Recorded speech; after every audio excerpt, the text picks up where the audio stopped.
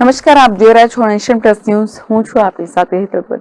કાશ્મીરના પહેલગામમાં બનેલી ઘટનાને લઈને છોટાઉદેપુર જિલ્લાના નસવાડી મથકના તમામ હિન્દુ મુસ્લિમ સંગઠનો અને વેપારીઓ દ્વારા નસવાડી બંધનું એલાન આપતા નસવાડી મથક સજ્જડ બંધ રહેશે.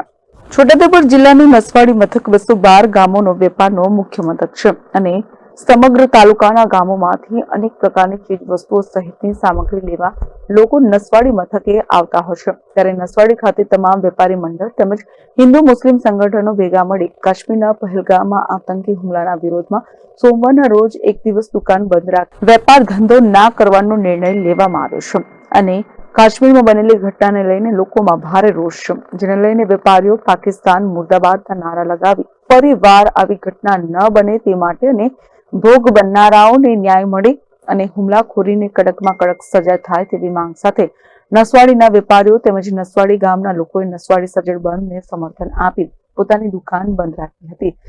હવે જો પહેલગામમાં જે બનાવ બન્યો, જેમના નામ પૂજીને ગોળીબાર કરવામાં આવ્યો, એનો સખત વિરોધ કર્યો છે અને નસવાડી તાલુકાની જનતા અને વેપારી મંડળે સખત એનો વિરોધ કરી અને આજે જે આખું બંધનું એલાન આપ્યું છે એમાં સંપૂર્ણપણે સફળતા મળી છે અને અહીંની પબ્લિક બધા ભાઈચારા સાથે રહે છે.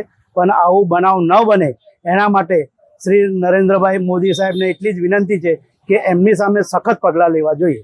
પહેલગામમાં જે આતંકી હુમલો થયો છે કાશ્મીરની અંદર, જે પર્યટકો છે, જે નિર્દોષ જેની હત્યા થઈ છે અને એમને શ્રદ્ધાંજલિ રૂપે અમે નસવાડી તાલુકો ગઢબોળિયા, તણગલા, નસવાડી એમ કરી બધા નાના મોટા બધા વેપારીઓ બંધ કરી અને અમે દિલથી શ્રદ્ધાંજલિ એમને અર્પિત કરીએ છીએ અને ભારત સરકારથી એક જ અનુરોધ છે કે એવી બીજી ઘટના કોઈ વખત ના બને એના માટે કડક કાર્યવાહી લે એ અમારી માંગ છે.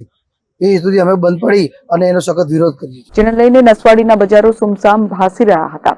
હાલ તો આ ઘટનાને લઈ સમગ્ર છોટાઉદેપુર જિલ્લા વાસીઓમાં ભારે રોષ જોવા મળી રહ્યો છે. એક પછી એક તાલુકાના વાસીઓનું બંધનું એલાન આપે કાશ્મીરમાં બનેલી ઘટનાના વિરોધમાં દુકાનો બંધ રાખી રોષ ઠાલવી રહ્યા છે. જમ્મુ કાશ્મીરની અંદર આતંકવાદીઓ દ્વારા ટુરિસ્ટ ઉપર જે હુમલો કરી ગોળીબાર કરી મોતને ઘાટ ઉતારવામાં આવ્યા છે, એના વિરોધ સ્વરૂપે આજે નસવાડી તાલુકો સ્વૈચ્છિક બંધ દરેક નાગરિક સાથે રહીને બંધ પાડવામાં આવ્યો છે અને એનો વિરોધ કરવામાં આવ્યો છે કે આવી ઘટના વારંવાર જમ્મુ કાશ્મીરમાં અને ભારત દેશની અંદર ઘણી જગ્યાએ બનતી હોય છે.